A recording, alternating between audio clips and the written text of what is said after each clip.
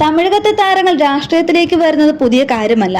Cinema താരങ്ങളെ രാഷ്ട്രീയത്തിലേക്ക് ഇറക്കി വിജയക്കൊടി പാറിക്കുന്നത് തമിഴകത്തിന്റെ രാഷ്ട്രീയ പാരമ്പര്യമാണ്. എംജിആറും ശിവാജിയും രജനീകാന്തും കമലഹാസനും അടക്കം വലിയ താരനിര തന്നെ തമിഴകത്തെ രാഷ്ട്രീയത്തിൽ കയ്യൊപ്പ് പതിച്ചിട്ടുണ്ട്.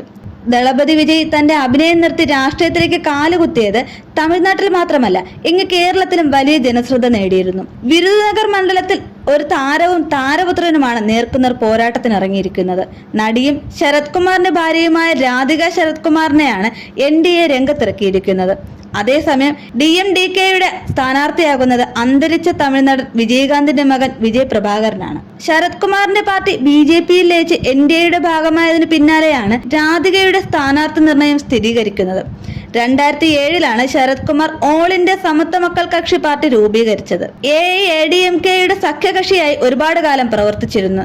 2011 തിരഞ്ഞെടുപ്പിൽ പാർട്ടി 2 നിയമസഭാ സീറ്റുകളിൽ വിജയിച്ചിരുന്നു. നരേന്ദ്രമോദി തന്നെ വീണ്ടും പ്രധാനമന്ത്രി സ്ഥാനത്ത് തുടരണം എന്ന ചിന്തയാണ് സ്വന്തം നിലപാടും പാർട്ടിയും NDAയിലേക്ക് ലയിപ്പിക്കുന്നതിനുള്ള കാരണം എന്നാണ് ശരത് കുമാർ വ്യക്തമാക്കിയത്. 4ാം ഘട്ട സ്ഥാനാർത്ഥി പട്ടികയിലാണ് രാധിക അവിചാരിത സ്ഥാനാർത്ഥിയായി ഇടം പിടിക്കുന്നത്. നടനും രാഷ്ട്രീയ നേതാവുമായ വിജയകാന്തിന്റെ മരണശേഷം ആദ്യമായാണ് DMDK ഒരു തിരഞ്ഞെടുപ്പ് നേരിടുന്നത്.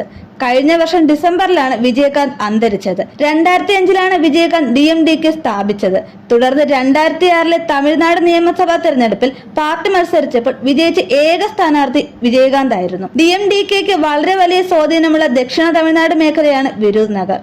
വിജയകാന്തിന്റെ മകനെ ഇവിടെ മത്സരത്തിനിറക്കാനുള്ള ഒരു പ്രധാന കാരണം ഇതുകൂടിയാണ്. 2019 ലോക്സഭാ തെരഞ്ഞെടുപ്പ് സ്ഥിതിവിവര കണക്കുകൾ പ്രകാരം വിരുദനഗർ പാർലമെന്റ് സീറ്റിലെ ആകെ വോട്ടർമാരുടെ എണ്ണം ഏകദേശം 1,40,04,256 ആണ്. 2019 ലോക്സഭാ തെരഞ്ഞെടുപ്പിൽ ഇവിടെ 72.49 ആയിരുന്നു പോളിംഗ്. നിലവിൽ വിരുദനഗർ മണ്ഡലത്തെ പ്രതിനിധീകരിക്കുന്നത് കോൺഗ്രസ് MLA മാണിക്യം ടാഗോർ ആണ്. വിരുദനഗറിന് വ്യക്തമായ ഒരു രാഷ്ട്രീയ ചരിത്രമുണ്ട്. ഒട്ടനവധി പ്രത്യയശാസ്ത്രങ്ങളുടെ സാന്നിധ്യവും ദ്രാവിഡ രാഷ്ട്രീയത്തിന്റെ നിഴലും പതിച്ച ഈ പ്രദേശത്ത് വിവിധ സമുദായക്കാർ ആണ് കാണപ്പെടുന്നത്. നാടാർ, തേവർ, ദളിത് തുടങ്ങിയ സാമുദായിക വോട്ടുകളെ വളരെ നിർണായകമായി തിരഞ്ഞെടുപ്പിനെ ബാധിക്കുന്നതാണ്. ഈ സാഹചര്യത്തിൽ രാധികയുടെ താരപ്രഭാവം ജനങ്ങളെ സ്വാധീനിക്കുമോ എന്നതും NDAയ്ക്കൊപ്പം ചേർന്ന ശരത് കുമാർ പാർട്ടിക്ക് വിജയക്കൊടി കാണിക്കുമോ എന്നുള്ളതും ചർച്ചയാവുകയാണ്.